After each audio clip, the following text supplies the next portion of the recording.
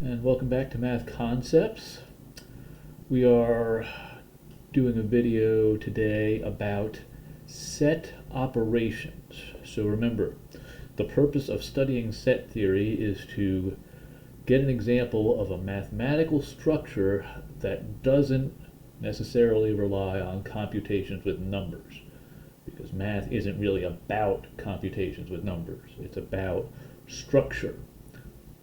So, we already talked about one operation that we can do with sets, and that is the operation of finding the complement of a set.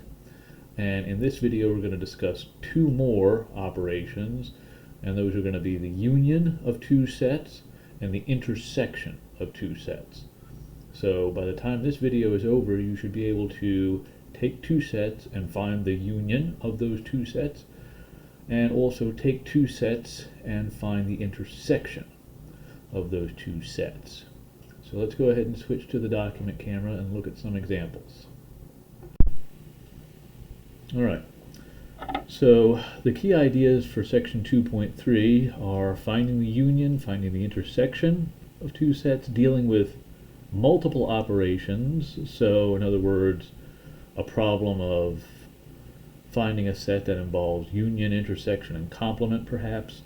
We'll also talk about Venn diagrams, but this will be in a later video. Okay, so let's get right down to business here.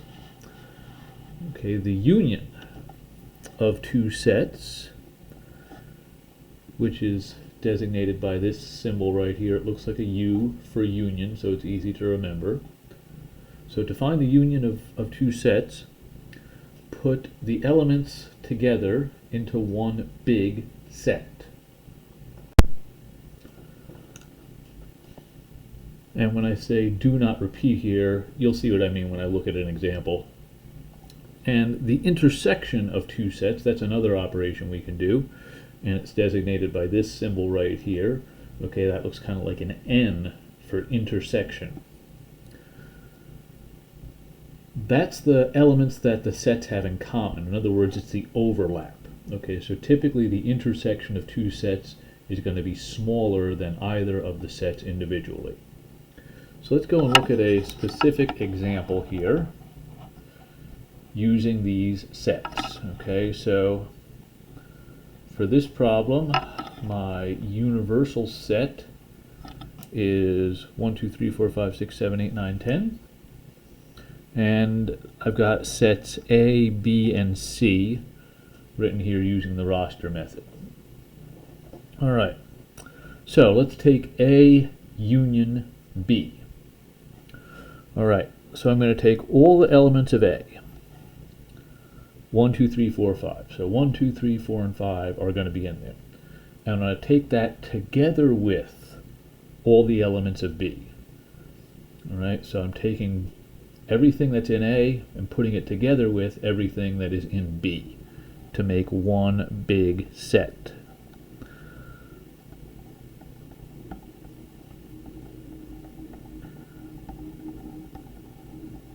Okay, I would end up with this. Okay, notice the 2, that belongs to both sets. I don't have to put it in twice. Same thing with the 4. Okay, I only need to list it once. That was what I was meaning when I said don't repeat before. Okay, you'll notice I've got some parentheses here. So this is A intersect B and then complement. All right, so first step, I'm going to do some scratch work over here. I need to find out what A intersect B actually is. Okay, now when you're dealing with operations on sets, the parentheses mean the same thing they mean in ordinary algebra. They indicate what operations you're supposed to do first. So the intersection is in parentheses, so do the intersection first. Then when you're done with that, take the complement. All right, so A intersect B, I'm looking at what they have in common. It looks like both of the sets have a 2 and both of the sets have a 4. And that's all for the overlap. So A intersect B is right there, 2 and 4 in roster notation. Okay, now the actual answer to the question, I got to find the complement of this thing. Okay, Well, my universal set is up here. So the complement of 2 comma 4 would be everything else. 1, 3, 5, 6, 7, 8, 9, and 10. Okay, so notice I had to do a little intermediate step before I could get my final answer. Okay, now here I got A complement union C. So before I do anything, I should figure out what A complement actually is. A is right there, 1, 2, 3, 4, 5. A complement would be the stuff in the universal set that doesn't belong to A. So A complement is 6, 7, 8, 9, 10. So once again, this is scratch work. Now, this problem is telling me to take A complement, which we just found, and put it together with C. C is 1, 5, 7, and 9. Okay, so 1, 5, 6, 7, 8, 9, 10. Okay, so I had A complement, and I'm putting in these elements. 7 and 9 were already there, so I don't need to write them down again. I just need to throw in 1 and 5 to get the union of the two sets. Okay, let's look at one more example here. C intersect B union A complement.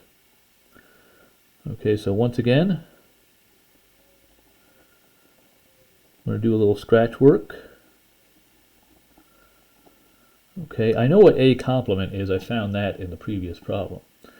But I don't know what B union A complement is just yet.